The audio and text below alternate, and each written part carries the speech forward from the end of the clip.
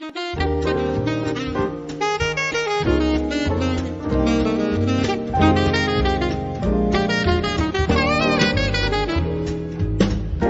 Portugal, there's a YouTube show full of fun facts you need to know. Carl rings the bell and the members show to the GMP morning show. Featured guests will come and they will blow your mind. The audience will do so in kind. A little vanity mixed with some insanity on the morning show with GMP.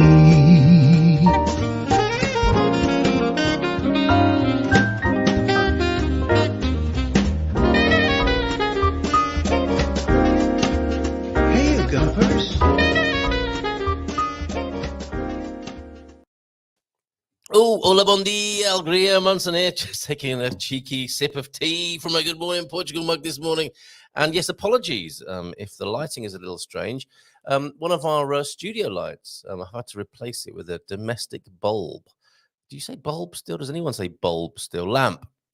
But anyway, you haven't tuned in to see me. You've tuned in to find out all about Portugal and whether you want to move here, whether you already live here, or whether you're scouting at the moment. And I think that is the case, is it not, for John and Pam? So shout out to you, John and Pam. Bon dia, alegria, you say. Yes, you know exactly what to say, don't you? JNP here, loving our scouting trip. First time live on GMP. You are so welcome. You are so welcome this morning and looking forward to seeing you this week. And let us know, where have you been? Let everybody know where you've been, if you will, on your scouting trip so far, because as I understand, you've packed quite a lot in already. You have not been slouches when it comes to the scouting trip of Portugal. Hope you're having a great time. I suspect you are. Just James this week. Oh, and a nice profile pic. I think it Ericeira Square there in the Mercado Square, Praça do Mercado or Praça da República. What's it called, James, where you're standing there nonchalantly against a tree? You'll be with us, of course, at 8:45 this morning with thoughts from the Redwoods.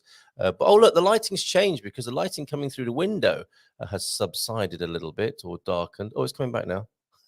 It's a beautiful day here on the Silver Coast at San Martinho de Porto. But anyway, James is with us at 1:45. Bom dia, Gumpers. Mais uma linda segunda a todos. The Portuguese, if you watch a show from 6 months ago, you'll see a very different level of Portuguese being spoken 6 months ago. Look, James leading the way here with a mais uma linda segunda a todos. Slug had to go next door for a minute, so he'll be back next week. Very good. Slug joke. So also, 2 years ago, I never imagined there would be slug-based comedy material on the Good Morning Portugal show. Oh, do you like my new backdrop? In some ways, a little less distracting. In other ways, not so. But I'm sure you'll let me know. People are very forthcoming, aren't they, with feedback. One such piece of feedback, which might want to have you commenting, responding, is a little bit of feedback that I saw on Facebook over the weekend, which I thought I would respond to myself and did. And furthermore, it's quite a controversial review assessment of Coimbra. John and Pam, have you been there yet on your scouting tour? What's taking so long? Why haven't you been to Coimbra yet? But this about Coimbra, what do you think it is? Coimbra is typical of the decadence and decline of Portugal as a tourist destination for people who want more than wandering up and down hills from cafe to cafe. What's wrong with wandering up and down hills from cafe to cafe, I ask? But anyway, for more discerning visitors, Portugal really has nothing to offer anymore. Hold on, just going to push my jaw back up. There you go. Portugal really has nothing to offer anymore, but you could say the same about half of Europe. Half of Europe. It's all the same kitsch. And I think this is a typo at the end that's been included because of the anger in which the spirit of anger in which this message was written on a Facebook group. I did reach out to the gentleman. That's the thing you do these days. You don't get in contact anymore, do you? You reach out. I reached out to this gentleman who wrote that and asked him to be on the show tonight. You know, the political one, the more angry one, the more emotional show that I do, the phone in on a Monday night. My question to you is this. He's not keen on joining me on screen, but we are continuing our conversation. And I've got no problem with people being straightforward and out there with their comments. It wasn't impolite. It was It was a bit angry, I guess, but that's that's the nature of these things sometimes, isn't it? And a little bit unkind, possibly. But I did respond in I suppose what is becoming a standard response to people who don't quite get Portugal in this instant way. Back to your comments in the chat in just a moment, of course, and Gilda with us from 9 on Migration Monday here. But my response to this comment is, as you've heard me say, I'm sure, numerous times on the show here, and do you agree? Portugal is a mysterious maiden. She reveals herself to you over time, not immediately. She's not all out there, neon signs and fur coats or whatever. She is quiet. Just take, for example, the events marketing that we're endeavoring to help with, not in any pushy way. Slow and steady wins this race, but not all out there, not everything out on show. She's not a cleavage country, is she? She's more of a mysterious lingerie underneath. But maybe this metaphor is getting too elaborate and racy. Oh, matron. Maybe this metaphor is going the wrong way for a Monday morning at 20 to 9. All right, I'll just suffice to say she's a mysterious maiden who will reveal herself to you slowly. The kind of, if she were a country, your mother would be happy for you to take her home to lunch on a Sunday, right? Is that a better metaphor? Well, the lighting's really changing in this room, isn't it? And so is the color of my face, I think, as I struggle with the mysterious maiden metaphor. But what I went on to say to this gentleman is that if you don't get it, and if you want it all up front and you don't get it, the mysterious maiden that is Portugal won't be bothered if you don't get her, as it were. And that's another new one, isn't it? Like reaching out. Getting that is if you don't get Portugal, as in understand the mysterious maiden who is Portugal, Lady Portugal, she won't mind. Move on, go somewhere else where the discernment is more obvious. I thought discernment was a slow process as well, but anyway, you may wish to respond to that, and I might get that person in a better mood on the phone in tonight from 10 p.m. where you can talk about anything that grinds your gears. And we keep it nice and sweet here on the Good Morning Portugal show with our new backdrop, with our new green screen that you can see right before you there, unless you're listening on the podcast, which will make no difference to you whatsoever. But anyway, 10 o'clock tonight, my question to you is this. What's grinding your gears? If you need to get something off your chest, and my goodness, there's quite a few things on people's chests at the moment. Finish this line. There are more things on people's chests tonight than there were. What's the metaphor? There are more things on people's chests than there were before women's liberation and banning the bra in the 1960s. If you want to talk about any of those things, then please, not necessarily burning bras, but why not? Bill Maher made an interesting bra burning joke I saw on one of his little clips on Facebook. But anyway, I digress. I've been talking about fur coats, lingerie, brassieres. What is wrong with me this morning? Don't answer that. Okay, Will Rogers quote of the day. If you want to be successful, it's just this simple. We've been waiting for this. We have been waiting for this. If you want to be successful, it's just this simple. Know what you're doing, love what you're doing, and believe in what you're doing. Do you know what? That is timely. That's beautiful. Thank you very much, Just James. This week, who'll be with us, of course, with more excellent and pithy thoughts in about 5 minutes. Quick, get over there. Tony Baldilocks, James. Ola Gumpers from Tony, and right back at him with a man cave style greeting there. Where is everyone was the question I was asking. Very quiet this morning. Maybe like me, you've had a busy weekend and you've near enough crawled to the chair this morning. Busy weekend. My goodness.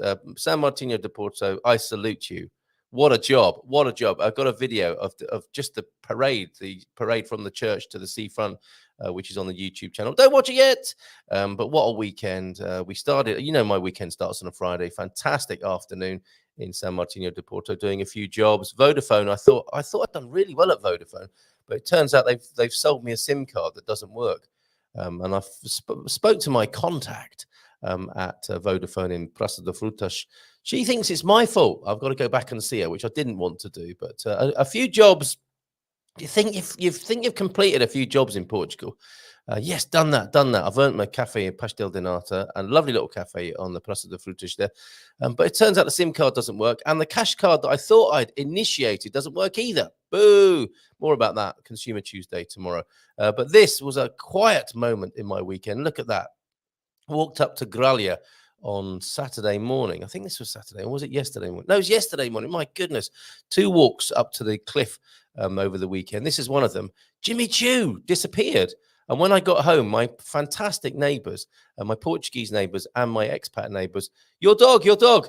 And they found Jimmy Choo came home alone. He disappeared and came home on his own. We were waiting. Me and Peggy were waiting for him up on the cliff there with this. I mean, you can understand why we'd sit there and take that view in, right?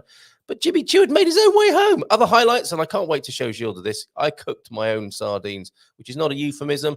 I actually cooked those sardines from not actually from the market, from the supermarket. Intermarché had some very good sardines, very fresh, very delicious. And my mouth is watering just looking at those bad boys right now. But I can't wait to show Gilda those and hope that all is repaired in the sardine cooking department this morning. Back to more of your greetings before we play that lovely music, which heralds the arrival of the slug. Just the James. No, the slug has gone next door and we'll be back next week. Of course, very good, James. And we have James Campbell in, another James in Irish. This is nice, just to let us know where people are listening from. Even if you don't want to say anything substantial, just put in where you're listening from. What a great idea, James Campbell. Nice job. Ian Turner's here. It's the tip of the day, and I've got. Did it load up appropriately? Let's see if this works this morning. New Vingle for the God Squad.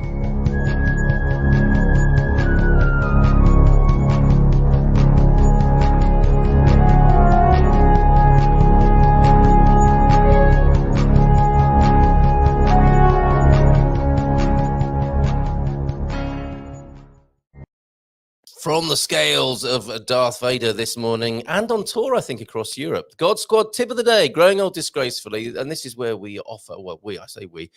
I'm merely the messenger. Do not shoot me. I'm merely the messenger of the God Squad leader. He is our fitness father. And he says this morning, after an enjoyable night on Saturday, I was reminded, take more water with it. Rugby-related gentle fitness tip for bon viveurs this morning. Those bon viveurs who like a bit of rugger and a few beers. Yes, plenty of water with that. Very good. So don't forget to take your water. Sip it. Carry around your water. Stay hydrated because it's going to be a hot one today, I think, in many parts of Portugal. And sipping is good. Slow and steady wins that hydration race as well. Bom dia todos from Andy in the Bairrada. And Ian, are you raving it up again? Looks like it is. From Pete. Pete, you've not been feeling the May West either, have you? I hope you're feeling better today. Bon dia todos Gumpers from Ian. We're currently on a trip in France and heading to Italy next week. Nice one. I'm thinking of taking a long train trip to Italy. What do you think, traveling across Europe by train? What do you think, folks? God Squad service may be intermittent. Check you out. There's a bon viveur speaking. Rock and roll, Ian Turner. Rock and roll of the fitness world there. You look good anyway, Cole. Oh, thank you very much, John and Pam. Is that despite the lighting and the difficult weekend? That's good to know. Marie Airo, good morning. I'm in the process to get my D7 visa and only stuck on the rental agreement. You're not alone with that. Any help, please? Yes. A strategy might be to buy an apartment. Seriously, people are thinking of that. And I know people who can help with that, a modestly priced apartment. You'll have no trouble moving it on afterwards. And if you own property in Portugal, that may well, it's no guarantee, but you'll have your own address that proves that you are resident and living in your own property here in Portugal. I might put that idea to Gilda. I'm not saying you're doing that. Mary, what a lovely name.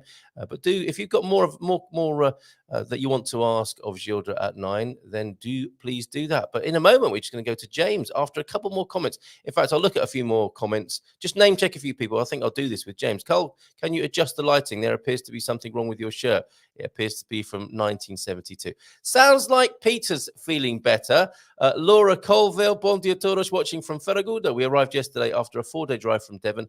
Laura, how lovely, from Devon, from one paradise to another. Devon board, Devon bread, with a car full of our things and Ziggy the cat. How lovely. How lovely, lovely, lovely. Fantastic. Bem-vindo a Portugal. I've come from a lovely place to yet another one. That's well done. Well done. You probably want to have a little bit of a rest. And maybe I'm shouting a bit shouty this morning. My last week in Paco de Arcos before I do my trip to across Europe, before my return in August. James, it sounds like you live an interesting life as well. Having to try to get all my bureaucracy done in this week. I hope the gods are kind. Well, yes. I wonder if there's any kind of blessing we can offer for that. If you've got a question for Gilda, you know what to do. Stay tuned. JL Chase 999. Oh, is that my friends the Chases? I think it might be. I haven't seen you for a while. So glad to have you here. As I'm glad to have Stephen, Andrew, Pete is here already. John and Pam, Cindy B, Andy, everyone. And who else is here that we haven't mentioned yet? Rugby Colin is here as well. Paul Harrison. Jean is also in. Desert Dweller. Deagle's in. Alok Kumar. John Gibson. Jack Polly. And Jeff Hill and Maxine Williams. Good morning to each and every one of you. Stay tuned for some of this.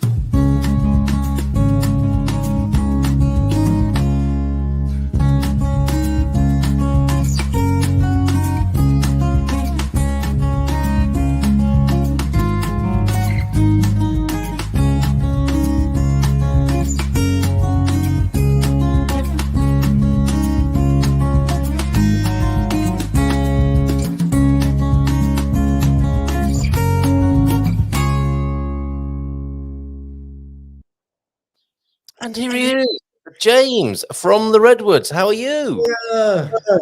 Olá, bom dia, alegria. How are you, mate? Tudo bem? Tudo bem. Tudo bem. Very good. Very good. Good to see you. I'm just going to do something to make a little bit of a backdrop that's perhaps easier on the eye here. That's better, isn't it? a little less going on the screen. I think we're quite enough, aren't we, for people first thing on a Monday morning? Sometimes I think I'm too much.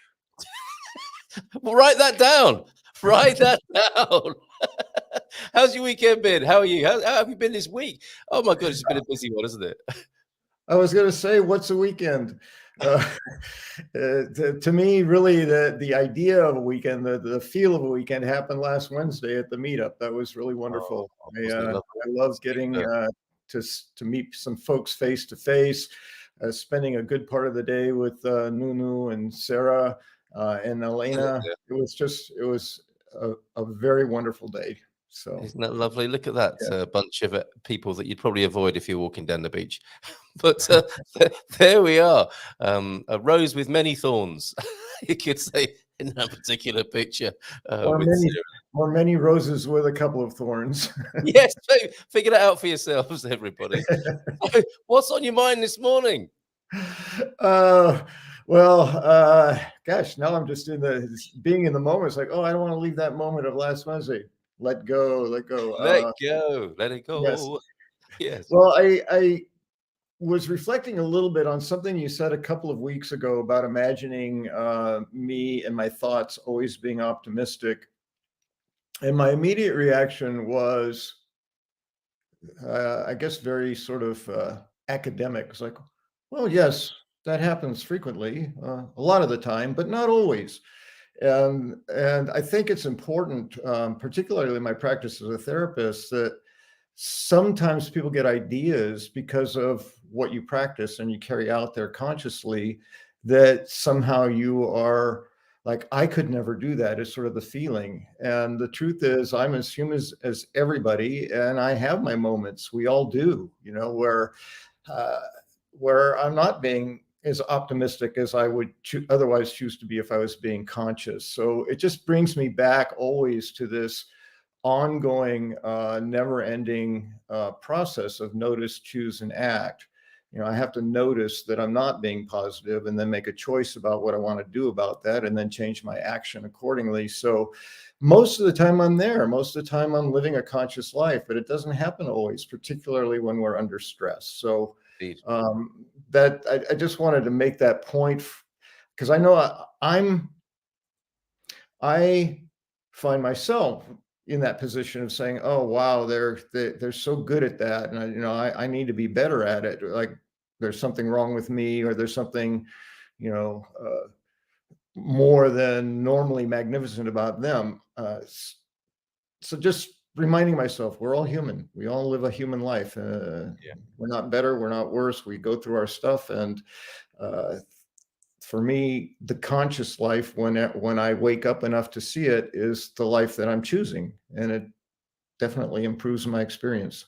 So yeah, well said. And it is relentless, isn't it? I mean, I've said this before. Whenever I use the word God, just please substitute whatever is most comfortable for you.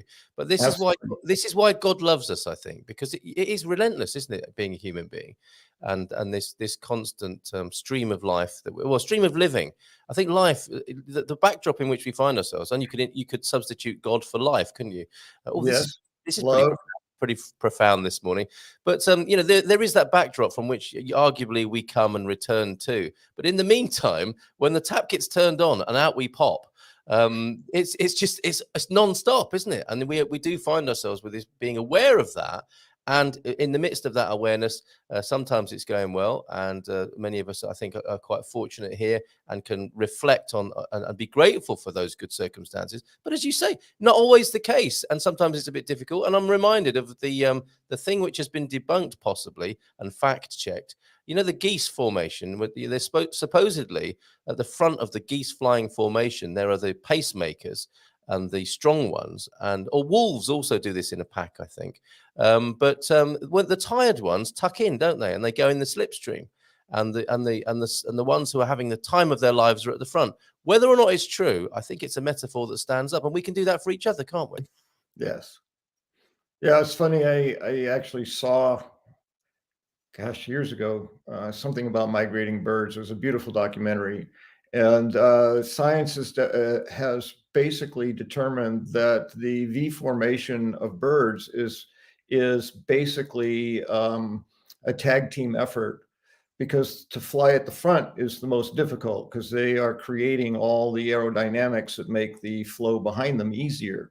Yeah. So one's following, and the reason they're in a V is all the air that's being broken in front of them is from the birds in front of them. And so the front one will then go to the back and someone else will take over. And then that one will go to the back and someone else will take over. And it's another metaphor for team effort and helping each other out, supporting, the tired folks and, all that stuff we can put to it. Yeah. But it's fascinating. Yes. Why do you think it is? I mean, I suppose we're living in an age where, and certainly our culture here on this show is, as we've just said there, if you feel like you need to tuck into the slipstream for a moment, we're here for you. James is at the front of the arrow this morning, and you're welcome to tuck into his slipstream, and hopefully he hasn't been hitting the feijoada too hard this weekend. But why is it that there has been this unwillingness to say, do you know what, I'm tired at the front, I need to tuck in at the back? Is that just an admission of defeat? And hopefully that's changing right now. I think it's a cultural thing. I don't know that it's universal around the world. Good point. Yes. I know that it is absolutely a factor in US culture. I believe that in much of Western culture or European culture, it's similar, if not the same. And I know it's particularly predominant with the culture of growing up male, that there is some connection to being weak if we somehow have to relax. We always have to be first. We have to win. We have to know where we're going, right? Relaxation is dangerous. I don't know. Just keep going. Stop asking awkward questions. Just keep going. Shut up. Yes, I've got this. So yeah, there's the wall, buddy. It's okay. I've got this. I'm okay. Yes, and I think the wolves are a great example, and canines in general. The culture of canines is essentially, we don't want to be in charge. So the alpha kind of has the reluctant position of having to be in charge because everyone else needs a leader. Yeah. And eventually someone comes up and says, you suck, I'm going to take over. And then they fight for a while, and whoever wins becomes the leader, and everyone else goes, oh, thank goodness, now we can just do what they tell us. I think you see it, don't you, in the silverback documentaries as well, as the silverback's getting a bit older and he's sat in a tree just eating a shoot or something. Yes. And he's looking out over his whatever they're called, his gang, and all his kids or whatever, the females. And it's like, oh no, there's another younger male coming in. I'm too old for this, but I've got to go. I know I'm anthropomorphizing, I think the technical term is, but I think we can relate to this. Like, I used to love having a scrap with a newcomer, but I'm just too old for this caper now. Hence the universal comedic line of, I'm too old for this. Fill in the blank. Yeah, look, Krusty the Clown's like, "Ugh." Uh-huh. Yes, indeed. So whenever you're feeling like Krusty the Clown or the tired silverback or the alpha wolf that James is talking about, we've got your back here, haven't we? On a not just a Monday morning, but every morning of the week. There's a slipstream in the chat right now. Maybe we should say hello to a few people and pick up a Sure. few comments, James. But is that all you wanted to say about this particular subject, or is there more to come out? Well, I always have It ideas, sounds like constipation. I don't mean it to sound like that. Spiritual syrup of figs might help here. but I was I was thinking about thoughts, so wrap your brain around that one. And I can talk about that or go with the slipstream. Uh, it's always in the moment. I always have something just in case we have that dreaded dead air. But We never seem to, though, do we? So, but see what you can riff on here, because we've got lots of people. I didn't think many people were here this morning. It turns out loads are here this morning. Thank you, everybody. Bon dia todos. We've been in Lisbon for a year now. Loving it. I love you too. Really fond memories of hanging out with you in, I think, Caldash first of all, and also in Lisbon. Sounds like that's just normal life for you. Loving Lisbon. Great to have you here this morning. The Chases. Morning from Andrew as well. I didn't see any. Kev, yes, well done. Talking of alpha wolves, I didn't see any Care Bears in Coimbra either. It is tragically disappointing. This was I don't know if you saw this, James. That's rather searing review of yes, Coimbra. Sounds like that was written by someone who wants more expensive places to spend their money. Could be that. That news report, it wasn't really news, Andrew. It's definitely opinion. Is a pile of asterisks. Not to Coimbra yet, John and Pam, in a week or so. And if you want to meet John and Pam, they might be at the meetup this week. But there's also, just so you know who you're dealing with, here's a picture of them before they came to Portugal. So you'll see them at the meetup. I was in a highly mosquitoed area. Yes, I saw that last week. Imagine walking around like that, out for a pleasant walk. And you have to dress up. They weren't on their way to rob a bank. No. Robbing a bank encrusted in mosquitoes. Everyone will move out of the way, though, wouldn't they? Put the money in the bag. Otherwise, we'll release all the mosquitoes. Tomorrow, yesterday, and today. Sorry to miss Jerry, though. Maybe he might join us at the meetup and you get to see him there. Cindy B's in. Feliz Segunda-feira, Gumpers. And here we go. A mysterious maiden. I don't know if you'd agree with this, my response to that. Portugal is maid, mother, and crone all at the same time. Extending my metaphor, I think it's only fair to give you a little bit of a last word here in your thoughts from the Redwoods slot about that. Did that trigger anything in you? I know you've been thinking about thinking. Did I add something in there as well? The mysterious maiden. But as we know, of course, the female archetype expresses herself in other ways other than the mysterious maiden. Have you experienced that, extending my Portuguese metaphor there? Well, actually, I had more of a reaction to the comment that you read, and I understood the response, the many interpretations of Portugal or a place. But I look at that and I said, you could say that about anywhere on the planet. Indeed. If you live there, you're not vacationing, and this person seems to be wanting a full-time vacation, wants everything to be exciting and fresh and new. And, it's like, where in the world is that true if you live there? Yes, so indeed. The only way to have that experience, in my opinion, is to just keep moving. Just put yourself on a full-time vacation, and then you'll have that. And God forbid you would want to spend your life walking up and down a hill visiting cafes. I mean, that just sounds terrible, doesn't it? Yeah, or saying hello to people, or being kind, or helping each other. Yeah. No way.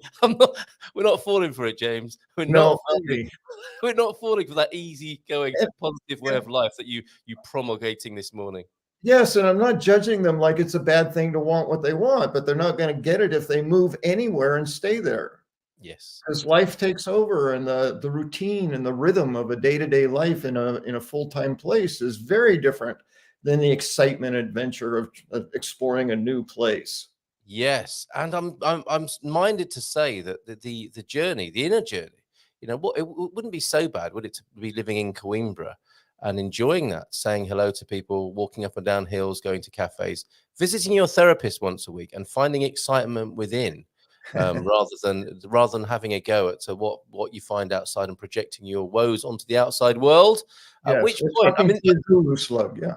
Yeah, and maybe that gentleman will join me tonight to discuss it. He might be tempted to do that. 10 o'clock tonight for the phone in. James, thank you so much. Will you stick around and so that Gilda? Absolutely, and thank you for reminding me. I was just about to look for the buttons to Don't go check anywhere. Don't go anywhere. You ravers, you're gonna have to stick around to the end for the big.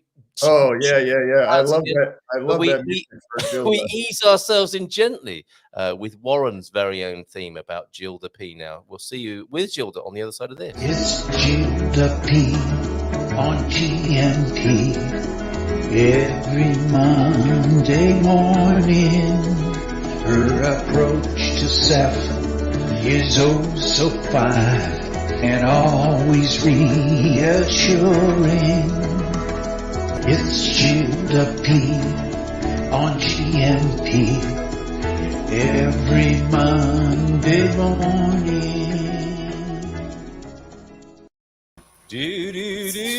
Oh, it's wonderful. I loved it. Always love having a theme song. Always reassuring. How about that? Gilda P, how are you? I'm fine. Thank you. Good. Well, how was your weekend? It was fine. Yeah. Good. Okay. First thing, and really important to get out of the way here. I know. I saw the picture. That is me in my garden. And although it looks like that's out of focus, that is just the heat haze coming from my perfectly attuned barbecue. And I think you'd be extra proud of me, Gilda, because that barbecue is made of old bits of barbecue. It's like, you know, here in Portugal, it seems that the men, it's mostly men who seem to operate the grills, don't spend a lot of money necessarily on a barbecue, do they? They don't go for all the gadgets. It looks like something that might have been in the family since the 19th century, that's been handed down from great-grandfather to grandchild. You know, this will be yours one day. And it's just a little sort of rusty bucket of metal with a grill on top of it. And you just produce the most amazing food from it. Would you agree? Yes, that's true. Oh. Okay, I think all that was wrong with my sardine cooking and approach to it has been righted now.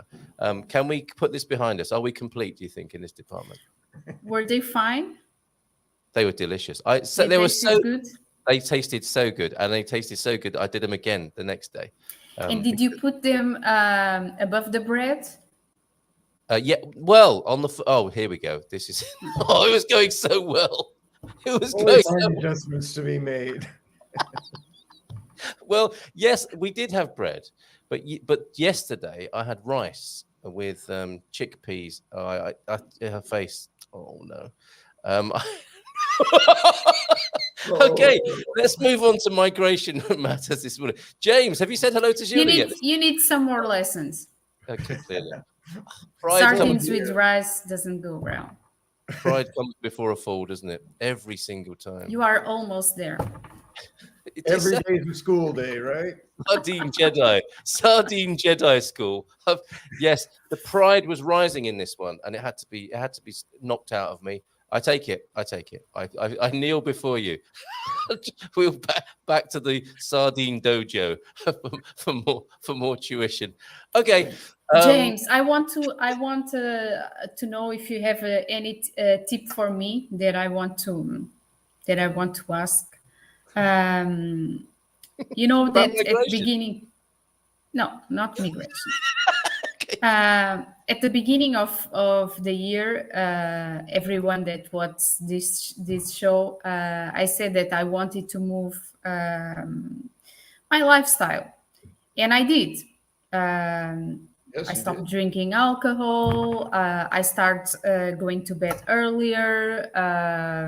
I start working less, taking more time with my family. But there is one thing that I wanted really to start, and I couldn't. And I still can't do it, which is making exercise. It's going so well. You used to be cool, man. And now you want to exercise. We're kindred spirits. Me too. We've got nothing for you, Gilda. No, I have something for you based on my own experience, but I was going to say it might be counter to Coach Turner, but I think he'd be right on board with it.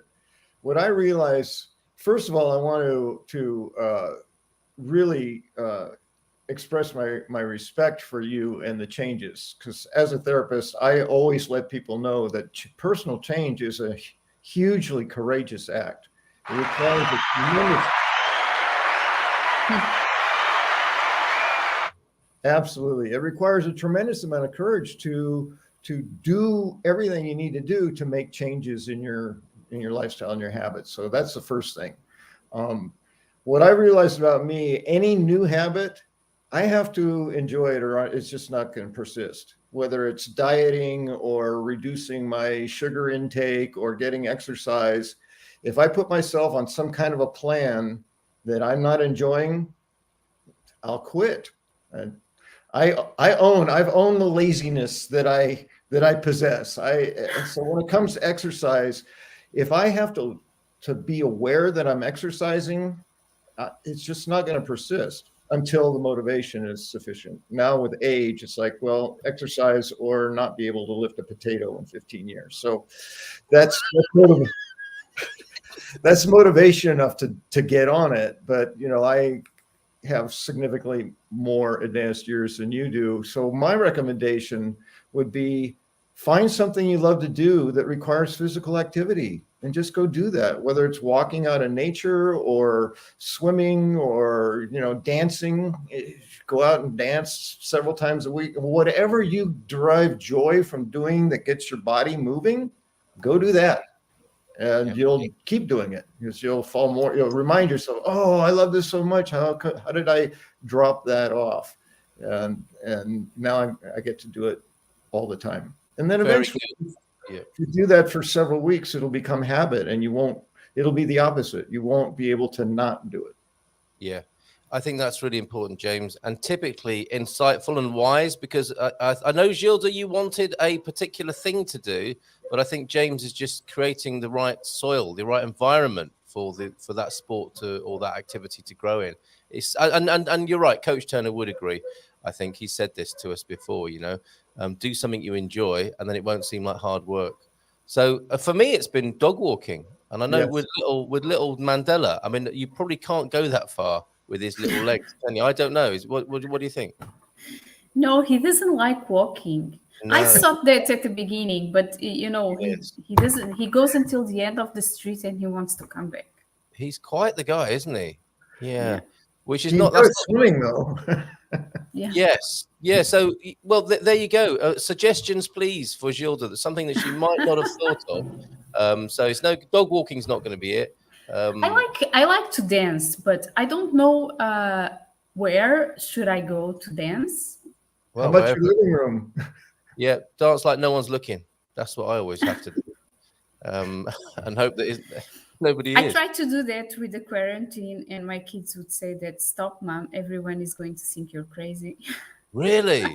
Right. You know what I say to that? I say, they're right. I am. And then I keep on dancing, looking like a fool. It's great. Shut up, kids. Shut up, kids. Everyone already knows that. Okay. You're right. I am. I look crazy. Yeah.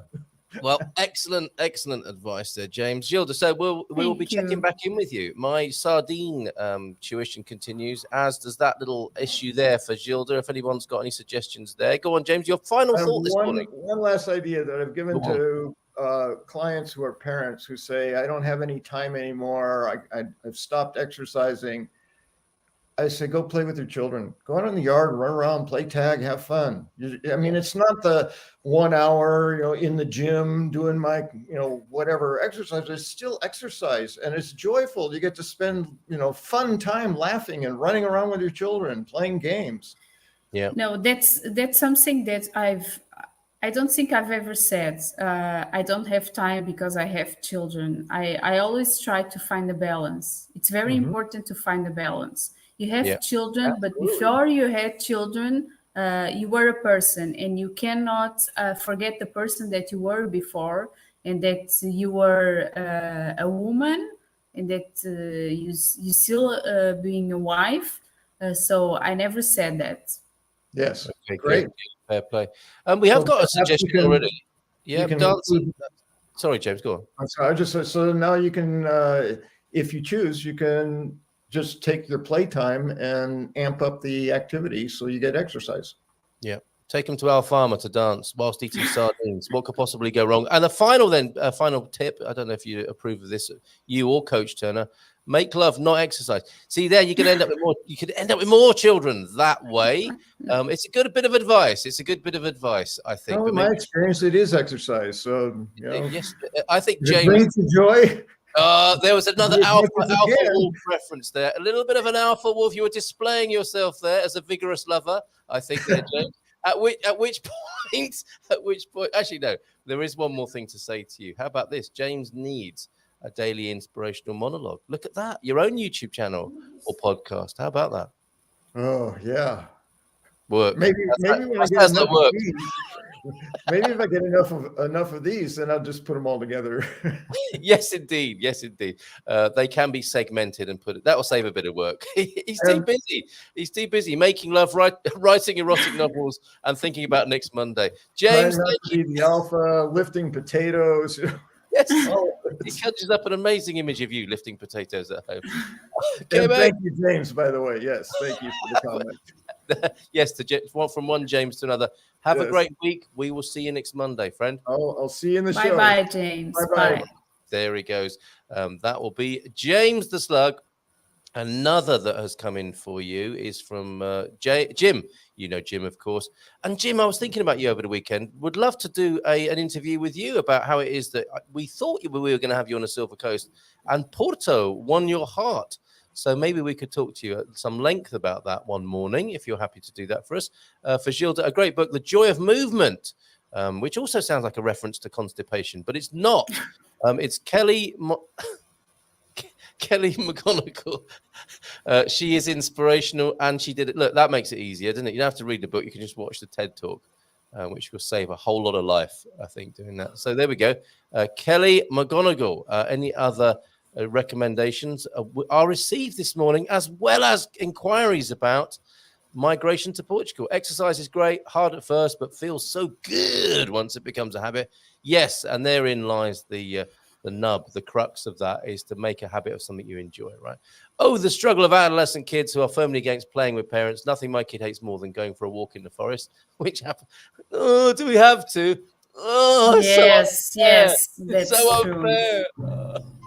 Okay. And The Night Train to Lisbon is a fun fiction book. Okay, that's a nice tip as well there. OMG, I can't believe my eyes. It's Gilda. Yes. Yes, Rishabh. It's me. It's her. Hi.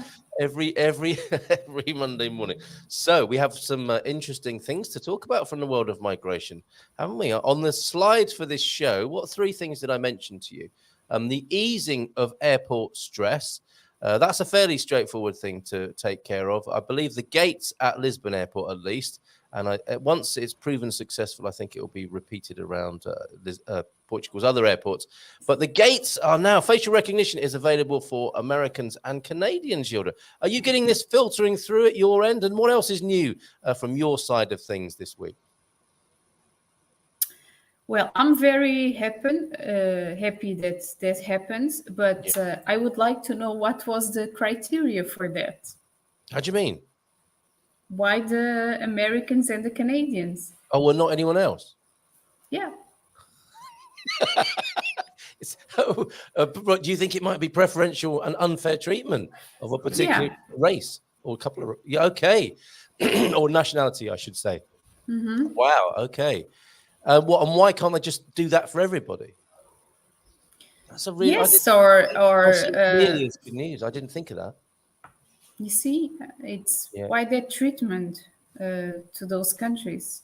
Well, maybe they have a specific reason, but they didn't explain that. So in my head, I cannot understand.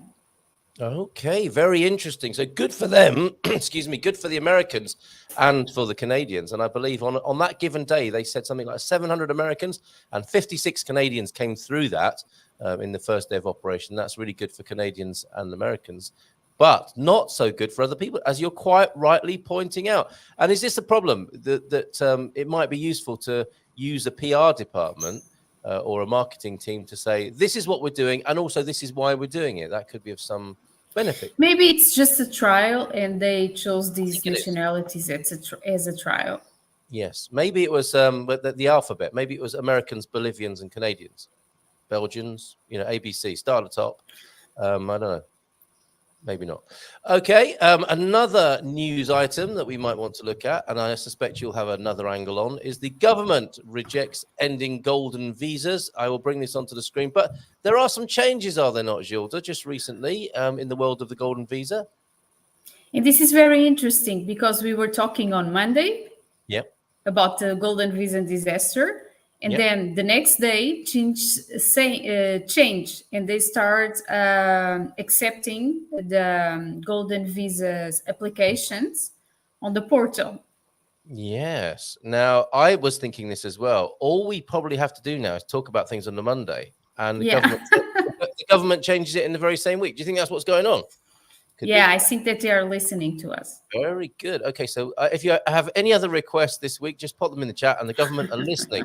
No new changes will be brought in relation to golden visas, and the online platform for submissions is now up and running. So it did get, as we said last week, we don't need to cover too much of this old ground, but it was getting into a pretty shameful situation and of global embarrassment, and what the feedback must have got to those who are able to do something about it.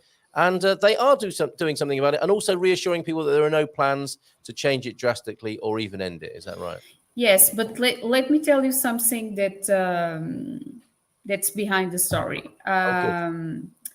Everything was stopped because, as you know, the Socialist Party had the engagement with the left wing, and they didn't want the golden visas to go forward.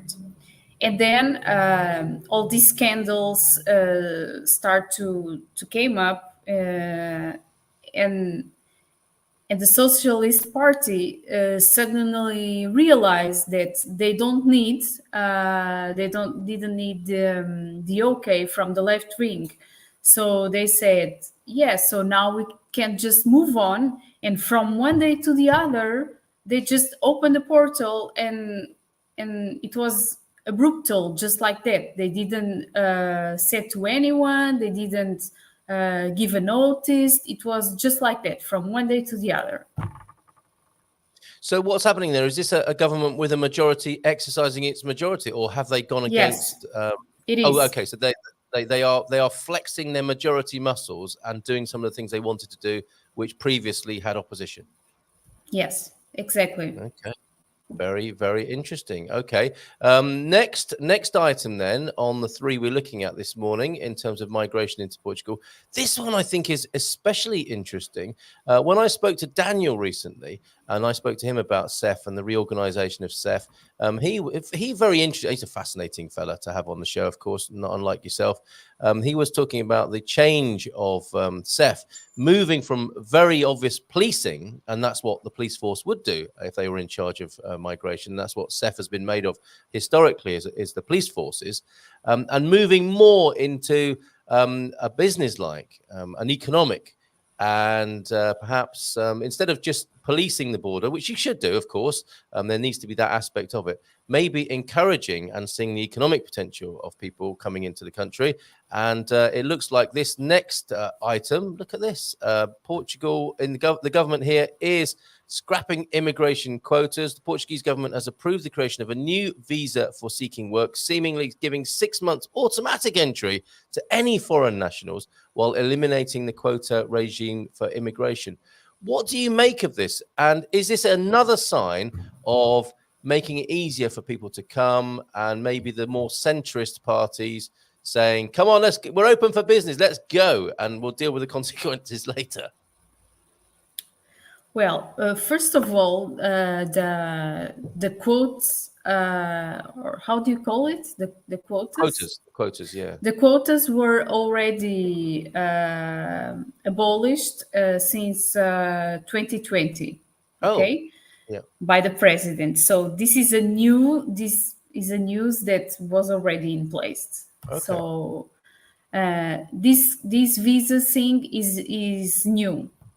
But no one knows how it's going to work, of course. And then it's a visa. it needs to become a work permit afterwards. And my concern is it going to be like the manifest of interest, that then you need to submit the papers and it's going to take like 2 years for your residence to be approved? Yes, yeah. And Or what are would, they in are that they going situation? to Sorry, expedite, or are they going to, with this visa, are they going to expedite the resident permits afterwards? Yes. Okay. So Because is they this only talk about the visa, they don't talk about the resident permit. okay? And that, so it's just the supply end, as it were, getting people here. And this, you could say, couldn't you, cynically, that this is a knee-jerk reaction. The people in the economic departments of the government are saying, look, we haven't got the people to run the hotels. Our country relies massively on tourism. We don't have the workers for the hotels and the hospitality industry. They probably need to be brought in from elsewhere, and we've got to do something about it. So this is that this might fix that part, but your concern is what happens thereafter. So if somebody's in America at the moment thinking to themselves, I know, instead of getting a D7, I'll just get a job in a hotel in the Algarve. It's not going to be going to be that simple, is it? No. Right. Okay. All right. So this is another thing possibly, and we know that governments all over the world do this. That part of it, that can has been kicked down the street. This is just to get the supply of workers coming into the country then, possibly. Yeah. Yeah. Okay. And we have very lack of manpower in some, like in the construction area, in tourism, in agriculture. Yes. Some industries, and that is going to, that is the solution that they found for it. Yes. Okay. I saw a very interesting comment on one of our, well, not one of my YouTube videos. I do get a lot of interesting comments on those. I'm not bragging. I'm just thinking it's an interesting phenomenon, the things people say on YouTube. Not quite as bad as Twitter, but they seem quite open on YouTube as well. Andy Klein, who's made some fantastic videos, who's worked with us to come to Portugal and was scouting recently and made some beautiful videos which you can see. And I will play one later on this week. Some of you may have seen those already. There is a reference, maybe in one of those videos, or certainly, that Portugal is a poor country. And I want to tie this in with what you've just said and what we're just talking about. Portugal is a poor country, in quotes. According to the Human Development Index, Portugal is classed as very high. I don't know of any economic rating criteria by which Portugal is classed as poor. I think that was there was a poor choice of word. I think if you watch the video, you'll see that for yourself. There are low-income countries, middle-income countries, and high-income countries. Portugal belongs to the high-income countries bracket. It is poor only in the sense that it ranks near the bottom of the high-income countries list. There's your perspective on that. Now, the country wants expats that don't need jobs, was another assertion made in the video, which was fascinating. Your idea of Portugal is a total fantasy, says this commentator. Portugal is attracting thousands of immigrants per month, most of which come from poorer countries and are actually attracted by our minimum wage of around 10,000 euros per year and our fast-track route to residency and nationality. You may have something to say about this, Gilda. I'd say that 9 out of 10 of the immigrants that are coming to Portugal are low-income immigrants coming here to work for our minimum wage, for starters at least. Only 1 in 10 are higher-income expats. Although this flux has been arriving for quite some time now, factories, agriculture, hospitality, etc., still have great difficulty in hiring enough workers. So we actually need these low-income immigrants to keep coming. That really shocked me. That is somebody's opinion on YouTube, but do you think that's about right? The world we're working in here tends to be the 1 in 10, and most other people coming into Portugal are those low-income workers. Yeah. Really? Wow, that's news, isn't it? Certainly to me, anyway. And it says we import a constant. This is a business model this person speaks of. Portugal has found a very weird business model that I think few people understand, and I'd be very interested to see if you agree with this, Gilda. Put simply, we monetize our world-class social cohesion levels, which is a brilliant phrase, and I wonder if you agree this works. We import a constant flux of people from low, middle-income, high-criminality countries, Brazil, Angola, etc., this person says. We somehow magically calm down these people to our high social cohesion / low violence standards, and we put them to work for between 800 and 1,000 euros a month, in part supplying services and products to wealthy foreigners who've also moved here, but also to work in our growing industrial and agricultural sectors that are presently benefiting from the relocation of production from Asia caused by the pandemic. Would you agree with that? Yes. Because I think that I'd never heard anything like that before. I was quite surprised. And I'm thinking, way to go, Portugal. That is incredible. The world-class social cohesion levels where people come to work and it changes them being here in this most positive of ways. Am I being naive? Because you look quite incredulous there. But this is a known thing, is it, among Portuguese people and how the Portuguese economy works? Look, they take them to Alentejo and they put like them out of nowhere. They take them to Douro, to the vineyards, and they give them the conditions to live there. And they give them the salary to send them to home so they can sustain their families. They cannot say that they live badly. You know, they work a lot. Yes, that's a fact. But you know, the Portuguese are not like bad people. They give them food. They prepare them lunch. And I know many people that work in the vineyards, and they have Pakistanis, Indians, and even Iranians there. And on the construction area, it's more Brazilians and Angolans. Right. And so, yes, I know that reality. What a fantastic insight for us to have here in the privileged world of Good Morning Portugal this morning. That's quite fascinating. And thank you for verifying that as what is actually going on here in Portugal, Gilda.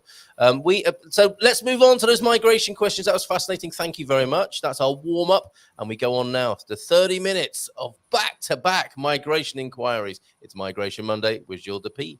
from that doesn't rhyme. What did you say? I've got to learn the words of the song. Gilda P, every Monday morning, and we appear to have an embedded government official in this group, says Sarah. We're fine with that. And okay, expats, good morning to you. I don't mind the government flexing its muscles on Seth. Okay, no physical violence here, please. But yes, we understand your frustration, and I need to find the first of the questions because, we did this, didn't we? OMG, it's Gilda, can't believe my eyes. Well, you better believe it. Yes, golden visas have reopened. We spoke of this.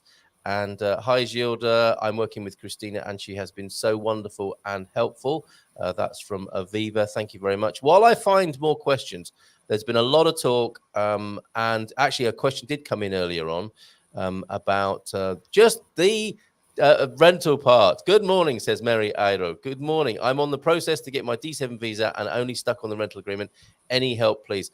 Casa Portuguesa, I think, is the help you need. Can you tell us more about it, Gilda? What's going on there? Are people finding it any easier to get accommodation yet? It's not easy, but the problem is that Capricorn, I answered your friends. I don't know if they got my email. There you go. I don't think that they answered me back. At least today I didn't check my emails yet. Right. The problem is Casa Portuguesa does an important job. Why? Because the person that wants to rent the house is not here yet. And the landlords somehow don't feel that comfortable in renting an apartment to someone that they don't know. Yeah. So what we do is that we explained who you are, what is your income, we show them your tax returns. Sometimes they want to see the bank statements also. And then they start, based on your income, they start negotiating if they want 6 months of payment or if they want 12 months. The thing here that it's not good for the person. It's that they need to start paying the lease agreement before the visa is being approved. Okay. But this is a rule that they made not only in the United States but also in other countries.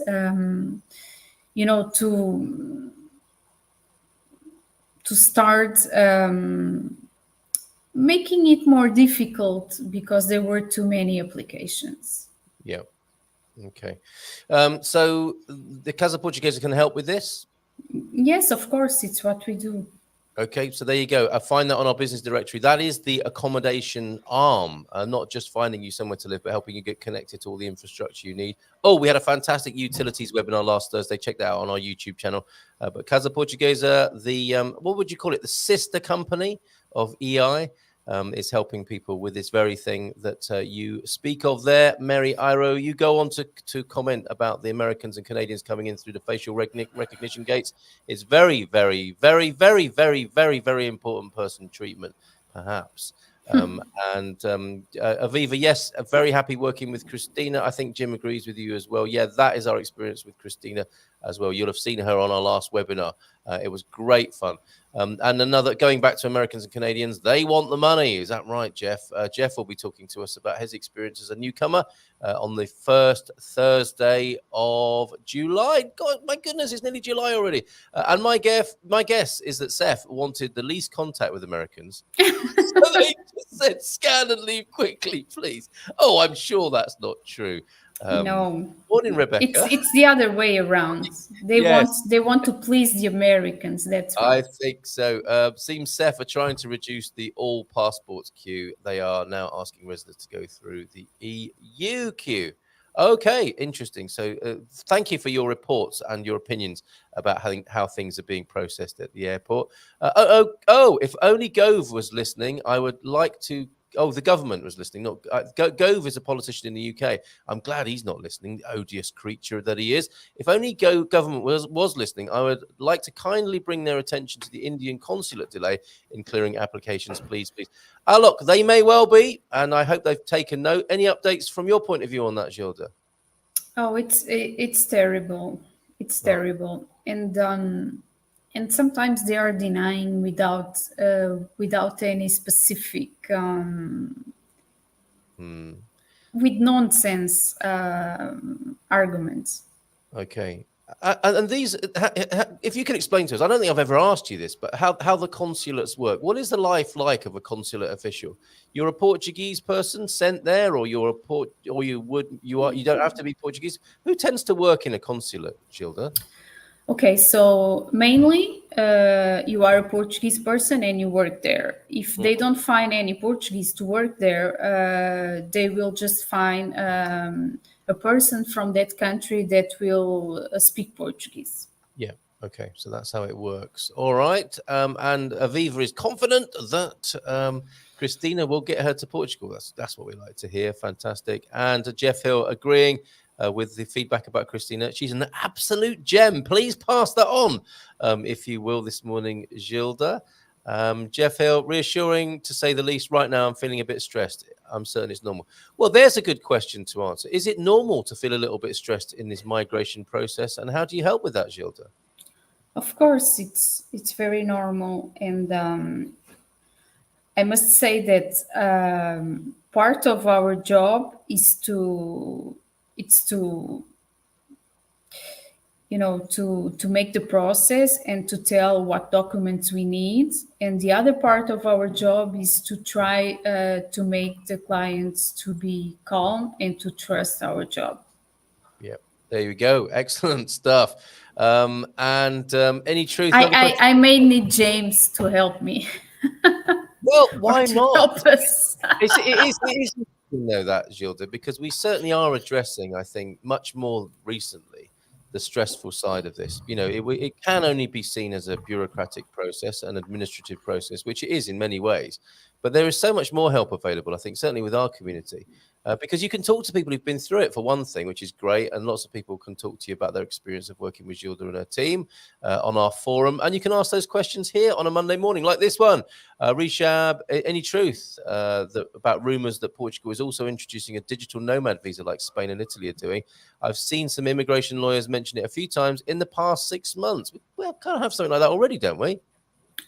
No, we don't have any special digital visa nomad. but we have the D2 that we can use for digital nomads. So that's the one that we are being using for digital nomads. Okay, and do you see any moves to make it like Spain and Italy are doing in perhaps a more obvious way? And is this maybe an EU imposition or guidance? The EU doesn't have any imposition in the migration matters yet. Well, I'd like to just draw you out a little bit on that. It probably wants to, though, right? Wouldn't it want to? Yes, but at this point, I don't see it happening. Yeah. They've got enough to be thinking about. But I can't imagine why the EU, given its sort of centralist federal aspirations, wouldn't want to run immigration across the EU centrally. And that was always my suspicion with part of what's going on with APMA, the new CEF, is that it would be influenced heavily by the EU, centralized control. But hopefully that's some way off. Or if their influence is coming in, that it be a good one.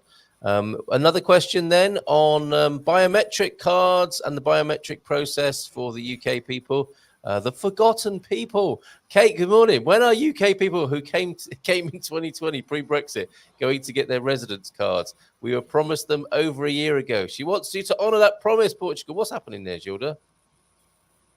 Well, I believe that that is going to be the next matter to be solved. That is my feeling. Yeah. Do you know what? So if it's true that the government are watching the show, expect that to be sorted out by the end of this week, and we can report on it next Monday. That would be so spooky if that happens. Or they might say, "Don't do it," because they know we're watching them. Then Kathleen Gimblett, Kate. Apparently, there is a new rule from the EU that all residents will need to be using the new card. Back to the EU then, and they do want the biometric cards across Europe by 2023. So CEF will have to issue them by then, or will be breaking EU law. Now, let's be honest here. Not honest, but let's remember here that Portugal doesn't always follow EU law, does it? No, they have to, but Portugal, they are very. Let me put this in this way. We can illustrate it. We can. Sorry, did you just say disorganized?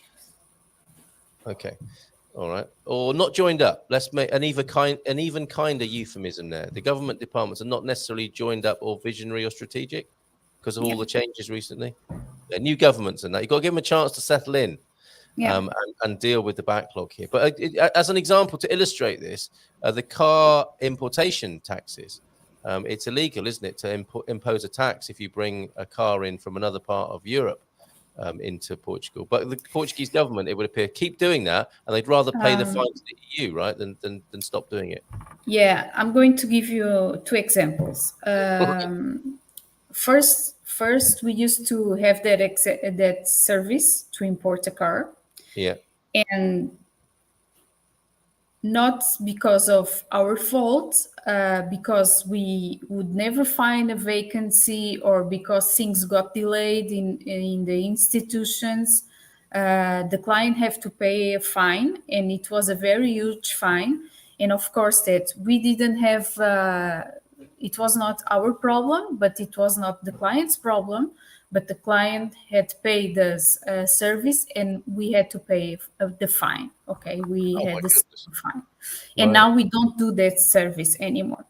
The other thing is because of the exchange of driving license. It is causing us a lot of problem. We go there every week, and now it's not only Carl going there. It's like all the lawyers are going there, and we get very angry emails from our clients said everything went fine until now, and now we paid for the service and we don't have the card exchange, and it's not our fault. So maybe we are going to drop that service also because it's a mess, and at the end of the day it looks like it's your fault. It looks like it's our fault. The same with the golden visas, that that Daniel is the one doing them. It looks like it's their fault. So maybe it's not a good idea that we are rendering these services, that it's going to ruin our image of everything that we did before, and that it was correct. Yeah. You know? Wow. Okay. Well, that's interesting that it becomes a barge pole job, as in you wouldn't touch it with a barge pole, as we say in the UK. That is a shame. But there you go. I can't remember where we started with that, but Because of the cars that were imported. Car importing and breaking EU law. That was where that began. Thank you, James, for your input this morning. Great to have you here, James Campbell. I'm getting sleepy in New Mexico, says Aviva. I may have to get back to sleep. It would be embarrassing to fall asleep on my therapy clients today. Oh, yes, that a therapist here. I know there are a few of you. Have you ever done that? And what do? You just fess up straight away, or do you just come up with the old classic, or just resting my eyes? Carry on. Bon dia, Carl y amigos from St. Catherine this morning. You were absent from the Santos Populares yesterday, Kate. It'd be good to see you soon. Hope you're feeling better. And bon dia, Carlos. Morning, Michelle from Down Under. How are you? I think someone else was asking how is life down under this morning. And James, we are being a bit cynical this morning. Let's remember how awesome Portugal is. Yeah, we started with that negative feedback about Coimbra. I think there's a lot of love for Portugal here. That's what we're all about. Loving life in Portugal, as you can see behind me. Weekdays on YouTube and Facebook. One of the safest countries without the price tag. Fantastic, James. A good thing to remind everyone here. Would love to get her contact, if you don't mind, from Mary Airo so she can process my application. Oh, that's somebody wanting to single out Christina to work with. Is that how it works, Gilda? Sorry? Somebody wanting to single out Christina to work with. Does it work like that, or does it get allotted on a more sort of not random, but No, she can mention on the email that she sends to Ace. She can mention that she wants to work with Christina. There you go. You can do it. Choose her by name. I would be careful. There have been reports of bad working conditions. This is I don't know, perhaps this is in Portugal that you're talking about. Yes, that's true. That is also true. Okay.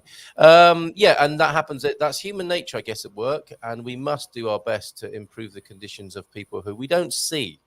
We see the evidence of their work, don't we? We go to a supermarket and we might buy some food that has been picked, processed, and brought to us by the people that Gilda was mentioning.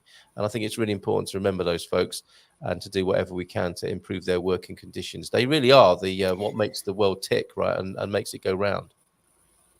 There are, and we know because we've seen on the news with Alentejo. But look, when they got COVID, the police went there. And they were afraid because they didn't have their resident cards yet. They were in the process. And the police said, we don't, it's not a problem. And they took care of them. They moved them to another place and they took care of them. And also I've been to other places and I saw that they have minimum conditions. And the food that they were eating was good food. So of course, like it's in everywhere, some people treat people better than the others. But I would say that in general, you don't see that on the news regularly. So. Oh, it's so lovely to hear that, Gilda. It really is. And I think it would go against the heart of many Portuguese people to serve bad food to another human being. It just doesn't seem right here. And how lovely. Well done, the police force. I've had my exchanges with GNR recently that were well documented. But isn't that lovely that the police said, look, we're here to help you with COVID. We're not here to give you any trouble about your migration. Unlikely it happened with in Italy. They arrested a lot of illegally people that were with COVID, and some of them preferred to run away and die with the disease than that went to the hospitals because they knew that they were going to be deported. Wow, shame on you, Italian government, for that. And well done, the Portuguese. Brilliant. So heartwarming to hear that. Thank you. Thank you for bringing it up, James. Thank you for saying that. Gilda, superb. The golden visa with the arts donation option. How much of that goes on, Gilda? Because obviously the most popular way of doing the golden visa is to buy property of 350,000 or 500,000, depending on where you buy it. But you can also invest in a company or the arts? Does that happen very often here in Portugal? No. No. I think in total, since the process started, it was like 5 times. Oh, really? 5 arts people coming in. Isn't that a lovely idea, and a little bit sad that that's not exploited or used? Because it's not easy. You need to choose. Okay. Yeah, you need to choose from a list of the governments. Yeah. The places where you are going to invest. Brilliant. Okay. Thank you for that, asking that question, Michelle. And but yes, it is the money is $250,000. Really? So it's a lot lower than the other methods. Yes, it's a lot lower. And you invest in the arts. So when we say the arts, as in what, you invest in an arts project or an art? Yes, in an arts project. Okay. Michelle, fantastic question. Thank you for bringing that to everybody's attention. And if the government are listening, let's do what we can to make that as easy as possible. You can't have enough art in the world, can you? And Portugal does so well, of course, with its street art, public art. Another great reason, along with this, says Simon, it's not just about money. Portugal is rich in culture, tradition, and natural beauty, plus it's bathed in sunshine. Good to remember. Whilst we're being a little bit perhaps cynical and critical and judgmental this morning, that is the basis for most people being here. And these other things are mere icing on that beautiful cake of riches in culture, tradition, and natural beauty. And, of course, being bathed in sunshine. Another question from James then. What does this say from James here? Moved flat, apartment. Only my name is on the contract. I need to update my fiance's NIF address from the UK to Portugal before she needs a fiscal rep. Can I explain we live together? Families with adult kids must do this too. You understand that question, Gilda? Yes, I do. If she's going to apply, if she's going to apply solo to the visa, her name should be on the contract with her NIF. Right. And how easy to do that? How easy to change it? Oh, it should be easy. Only talking to the landlord to edit or do an addendum to the contract. There you go, James. Hope that's helpful. And mentioning there of fiscal reps. Now, that's something I missed from the news this week. Yeah. Is it true? Is Portugal dropping the need for foreigners to have a fiscal rep? Yes, it is. Except it's a little bit confused. I read the decree law. Except for people that own a property, a car, a work contract, or had another fiscal, another tax obligations in the country. Yeah. But reading that, what it says is that you take your NIF in Portugal. You don't need to have a tax representation, and then you buy a property, and you go there and you change to have a tax represented. What I don't understand is the part that if you want to take a NIF while you are abroad, they don't mention that part. So arguably the most important part. Yes, because they don't think about, okay, these persons that are going to do the D7, they will need to have the NIF in advance. Yeah. So now we are going to need to wait with the tax office to know how it's going to be their approach with this. Okay, well, an interesting move in the right direction. Let's hope that continues to be helpful to wanting to move here. And the Chasers have a question. I was told by a realtor last week that getting a rental lease is particularly difficult right now because the Portuguese apartment owners are giving priority to Ukrainians who need to flee the war. I think there is some truth in that, but maybe not as intense as it has been. There was a big surge, and certainly in Cascais that was the case. Have you got a comment on that, Gilda?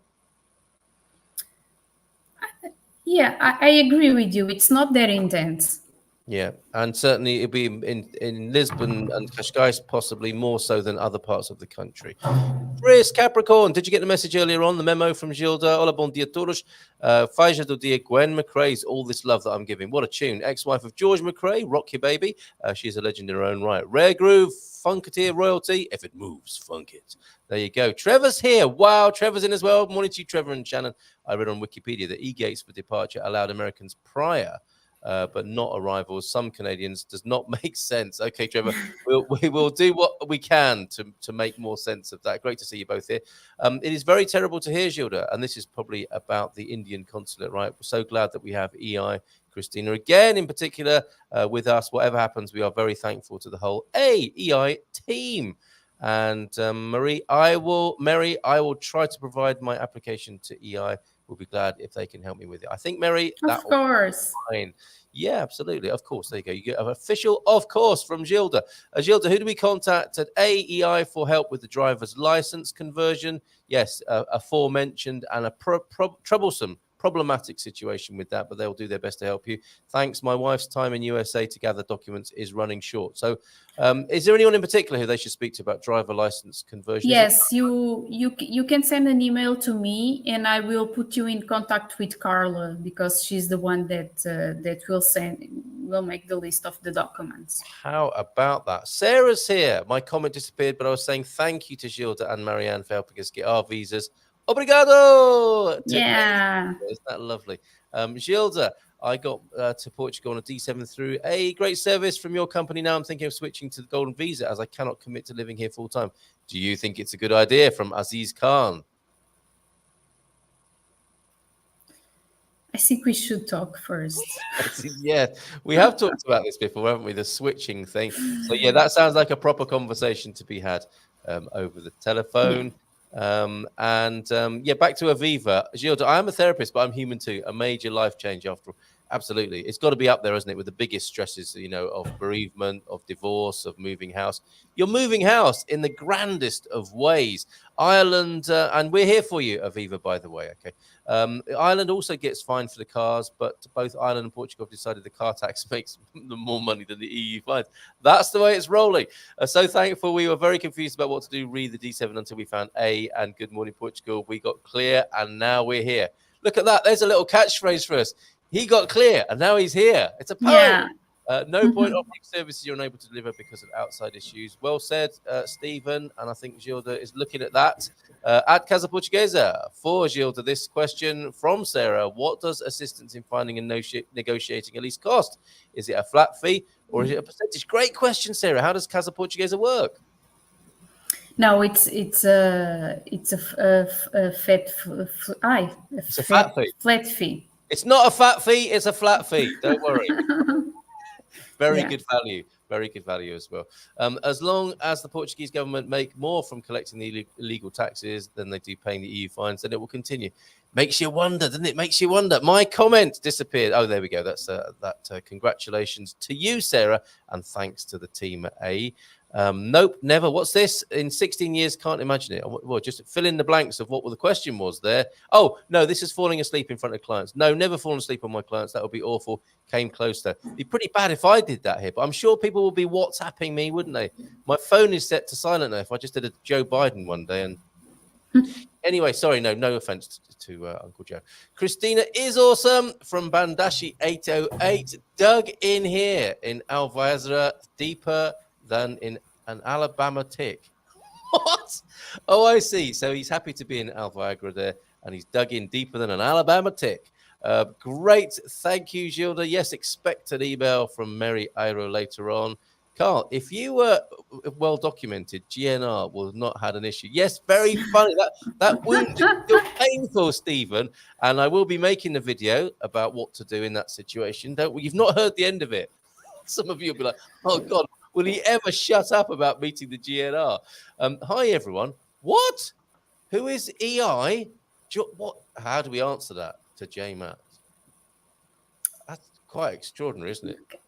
You are very new here, aren't you? Yes. The force is the migration force is very young in this one. Yeah. EI, it's the first and the greatest migration company in Portugal. So if you want to move to Portugal, you need to contact EI and you will know all the details to move here. Okay, Matt? There you go. Mic drop. Mic drop from Gilda this morning. All you need to know about migration to Portugal. João F is here. Good morning, Gumpers. Brilliant. And I'm ignoring the at comments at the moment because there are so many this morning. Thank you all for being here. Hit and fondle that like button. Critical versus positive energy. We are hardwired 7-1 negative to positive thoughts. So being positive takes intention, efforts, and practice. And that's what we try and do here, Jim, isn't it?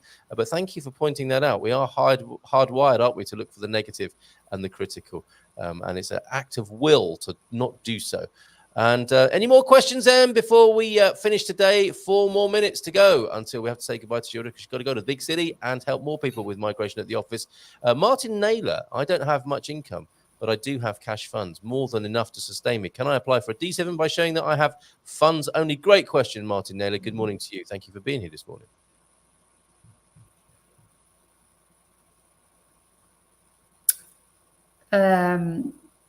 You should have at least the minimum wage, the Portuguese minimum wage as passive income.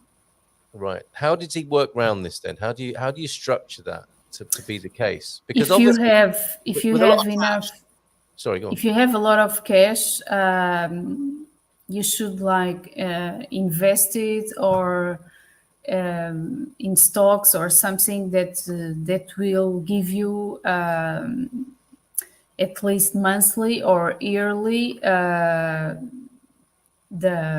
Portuguese minimum wage. Okay, so it's not just about the cash, it's about the cash flow as well. You need to set something up, maybe invest in property, rentals or something like that. For example, that's not a financial advice, but there's one way of turning cash into cash flow. That's what you're up against there, Martin Naylor. Oh, an idea I wanted to put to you. Buying somewhere. This is people are coming up with smart ways, of course, to sort out the accommodation part of their visa process, Gilda. Buying somewhere, let's say they want to buy somewhere that isn't going to be their final home, their dream home, but let's say around the 100k mark. They've got, look, Martin Naylor might have 100k to put into property in Portugal. How good an idea is that for the accommodation part of your visa application? And how long do you think it would take somebody to do that? Let's say they've got the cash ready and they see something for 95k on the market. They think to themselves, okay, I'll buy that. That will be my home for my residency application. Do you think it's a good idea? How long might that take? But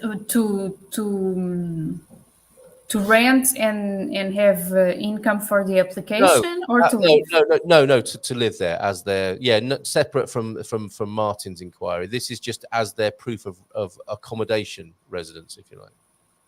Oh, sometimes it can be fast. Okay. And do you think it's a good idea? Like 1 month, 1 month and a half. And a good idea?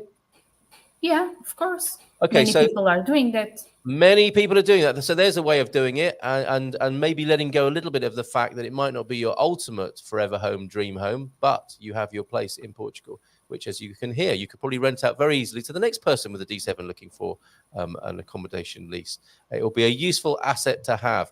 Okay, let's go to those last few questions. We've got about a minute left, and Dexpan is a good product, Gary, for breaking big rocks. Drill hole, pour it in. What? There's a chemical that can crack rocks. I think that's what Gary's doing. I must have missed that. And just stopping by, Victoria. Hello. Just stopping by to say hi to Gilda and Carl. All changes. Hi, Victoria. James, even positive change. The trick is preventing an unhealthy build-up and learning effective ways to reduce it. Join us every morning, every Monday. Well, every morning and every Monday morning, of course, for more thoughts from the Redwoods. Good grief, Gumpers. And in a minute, we shall rave. But not until we've made sure we've addressed every question here. Good grief, Gumpers. Only a fraction of us had fondled that like button. Do it for this great show. Thank you, Cindy B. Lots of love to you this morning. I'm going to Bagao in July. Looking forward to seeing the teddy bear on the beach fishing. What's he talking about? I'm going in Burgao July also. Okay. Are you taking a teddy bear fishing or something? What's he talking about? Do we know? I think we do. Hola, bon dia, kids, from a cool and sunny Praia de Rocha this morning. Has anyone ever fallen asleep while they're talking? I think I have done. I've got bored of myself. Can you believe that? Does Gilda's team have experience in the Brexit WA? What does WA mean in that instance? I'm trying to work out what to do as a British-Irish dual national. No advice from any consulate on how to keep both my EU and Brexit rights. Is that a call to the office, I think, to go through that? But obviously you want to be leading on the Irish side. Marianne is the one that takes care about the Brexit issues. Give him a call. Give him a call, James. Gilda, I'll drop you an email. Please see if you have some time to talk about the golden visa. Of course. Of course. Don't give up physical cash or using it when you can. Thank you. EI is the sequel to ET. Is that true? Has Spielberg been in touch to make a film about EI? It'll be a great story. It'll be a great story. And I'd like a part in the movie, please, when he calls you for the movie rights, Gilda. Sarah Smith, and to add, Sarah, Casa Portuguesa not only assist in finding an apartment, negotiating contract, reviewing the contract, but they also assist in setting up electricity, water, cell phone, and will take you out for a prata del dia. I added that last bit, but they probably will. They probably will. Or you'll probably want to take them out for a prata del dia after doing that for you. I'm just filling in for Slug this week. He had to go next door for a minute, so he'll be back next week. Yes, Pete, your cosplay fantasies should be kept to yourself. Of course they should. My question, Colin, yay! My question's still hanging up there. Where is it? Please reassert it, Colin. I didn't see it. I've heard from somebody that YouTube are dropping some of the questions, so may not be our fault there. And hopefully we won't have to pay an EU fine for that. Jim White, I know a guy whose brother is a priest afflicted with narcolepsy. Now, that is comedic in its own way. No offense to that particular person, but delivering a sermon and joining everyone else who's asleep from the pulpit there. We have a meeting on Thursday with Gilda. Looking forward to it. Yes, Sean G. EI is the best. Hey, do they? I don't have on my schedule. We have a meeting on Thursday with Gilda. Maybe it's a different name they use on Facebook, but double check that. I'm glad you said something. Hola, Gilda. Question from the forums regarding entry to Portugal with a D7. Can you enter a week or so prior to your D7 start date? Great question again, Trevor. Thank you. Can you? Yes, Gilda? You can. Okay, I'm just filling in for Slug. Okay, that joke was funny a second time, but not a third, James. It is still funny, actually. But I've got other things I need to read out. Look, I'm not reading that out, for example. Martin Naylor, thanks. From Trevor. Yes, you can. Jeff, thank you for reiterating that. EI obtained my residency from Seth. Here's Colin's question. In April, but still no card. Can you let me know how long the card takes? How long are these cards taking? Which Seth did you go? We need to know that. Okay. Let us know, Colin. Should I use my NIF number in shops before I get my D7 visa? Good question. You can feel Portuguese if you do, but is there a benefit? No. Okay. Yes, look after us artists. You can sponsor for 250,000. You can get a golden visa and sponsor Deborah Davies. Let's make it happen, folks. Great question from Mama and Harry. Sorry, it doesn't work like that. They need to be on the Portuguese list of the arts foundations. Deborah, get yourself on the Portuguese list. Great question. Buy a cheap place and use on D7 application and let out or sell on. Some taxes and hassle to sell. Hopefully can find a buyer down the road. Yes, Mama and Harry liking that. If anyone wants to drop 250k on me, I'll make you any art you want. I think anyone will here, won't they? A lot of people suddenly becoming artists this morning. The issue with rent or buy is that you can't commit before visiting. How can you rent full year in place you've never been to and not sure whether it's good or bad? That is part and parcel of the territory. I understand what you're saying, Mary, but some help is available. We've got a lot of buyers agents who will look for you, and we can help you with that. Thank you so much, Gilda and Carl. What a great way to start the week. Go on, Gilda. I was going to say to the previous question that it's not going to be the first one. Well, during the pandemic, many people bought houses without seeing them. Yes, indeed. Yes, of course. I know people who've bought online. And never came to Portugal until they moved into the house that they bought. It does happen, Mary. It's not for everybody. There are ways. You take videos, you take photographs, you take reports from professionals. So yeah, there you go. Okay, guys, please, everybody, the questions need to stop now because you know how difficult it is for me to not ask them, as Gilda probably has to go to town. Lisbon is very busy. Seth, but heard Coimbra is good, though. That is the answer to Colin's question. When are the cards being issued from Lisbon?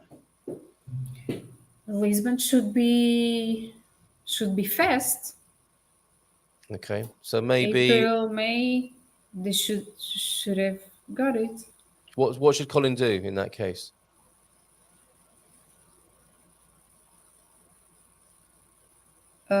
Did he do it with us? Oh, yes, definitely. Okay, Gilda is writing this down, Colin. There we go. Expect somebody from EI to get back to you on that. Okay, okay, No, expats. go back because I need to write the whole name. There we go. Look at this level of personal service this morning. Fantastic. Thank you, Gilda. Okay. All right. You did not look. I can do without this. Okay, expats. Just reassert the question. You didn't answer my question on D2. I missed it. No ill will meant. Just please put it back in and do it quick, and then we will do our best to answer it.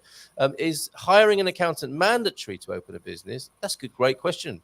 And how much time do they give you with your D2 visa before you get into the country? Great. There it is. There's the question. Gilda, I think that's our last one for today. Yes, you do need to have an accountant. It's mandatory. Yeah. How much time they give you before you get in the country?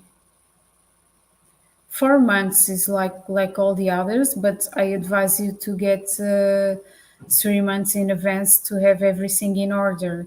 You need to show like your business is already running when you go to CEF. Yeah. There you go. Okay. Absolutely. Every Monday, putting Gilda on the spot live. It's how we roll. And she comes back every week for more of that, dealing with these questions. And there have been a lot of them this morning. So thank you very much, Gilda. And EI is picking up the card for Colin there. So I would expect a response later on today or in the next couple of days. I'm going to check with the girls. There you go. She's going to check. Worth tuning in this morning. Thanks, Gilda, from Jeff Hill. You've all been very patient. You've all been very brilliant. Gilda, you have been especially brilliant. Thank you, Carl and Gilda. You know, you said you liked dancing. It is that time, Gilda, for us to dance our way off the show. You won't be seen. Your kids can't see you. We can't see you. Everybody, let's put your hands in the air and wave them around like you just don't care.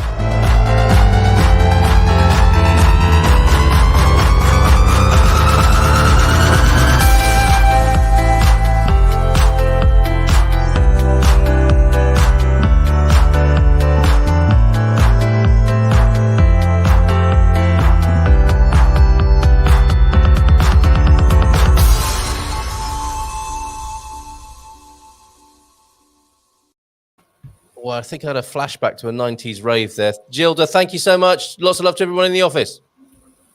Bye-bye. All right, ciao, ciao. Wow, what a session this morning. I had a slight telling off about the sardines, didn't I? No sardines and rice, everybody. I'm happy to take those beatings on your behalf so you don't make such cultural faux pas. Mary saying thank you. Thumbs up from the big boy crypto pants to Colin. Grab your castanet. Yes, do that in private as well if you don't mind. Don't be coming on here grabbing your castanets. And thanks for all the info, Gilda. Lovely week to you both. Thank you very much. I've got a feeling I might have forgotten a few things this morning. We are, of course, a little tired after a Portuguese weekend, after 9 days of partying here in San Martino de Porto. Do check out my procession video of the Saints on our YouTube channel. Put that up late last night. We are, of course, back with you at 6:15 with the gardening Q&A, and then I'll be back at 10 with where it gets a little bit of argy-bargy on a phone-in that takes all of the political and eggy and agitated issues of the morning show, where we don't really want them, into a format and a context where you can really get things off your chest. If you want to talk more about how terrible Coimbra is, for example, not my opinion, I love Coimbra, then join us tonight. The political podcast link. You're so ahead of me on that. What's the best way to do that? Drop me a line, 913-590-303. It's on the screen there, James. Just drop me a line. That's probably the easiest thing to do rather than me find that YouTube channel right now. And I will be better. I'll be better on that next week. Speaking of photos, James, it's 10:10. I'll do those tomorrow as we remind everybody about the meetup that's happening this week in the Silver Coast. And the Portimao one, of course, first one last week, that's happening let me just tell you when the Portimao meetup happens. That's set now as the second Thursday of every month. Okay, so second Thursday, next one in July for Portimao. But I'll look at some photos tomorrow. Much love to Carl and Gilda, and also James. Look at that from Reshab this morning. And yeah, on WhatsApp 913-590-303. I'm very responsive on WhatsApp. If anyone's got any questions for me, do please just drop me a line, 913-590-303. You'll need the Portugal code in front of that. And too late. Casa Portuguesa, does it cover all of mainland Portugal? Pretty much. Sarah, give them a try. Give them a try and let me know as well, and we can hook you up with some help. We'll find you help somewhere, wherever in Portugal, but Casa Portuguesa is a great place to start. And Michelle, so gracious and elegant of you when you say farewell, lovelies. That's what I'm going to say. Farewell, my lovelies. Where do you go to, my lovelies, when you stop listening to my show? Okay, we'll see you tomorrow, 6:15 tonight for the gardening Q&A, 10 for the Eggy and Political podcast later on, and phone in. So phone, if you've got something you want to get off your chest, do that later on this evening at 10 o'clock, right here in this place, but on a slightly different channel, 913-590-303, if you want more about that. I will see you tomorrow, if not tonight.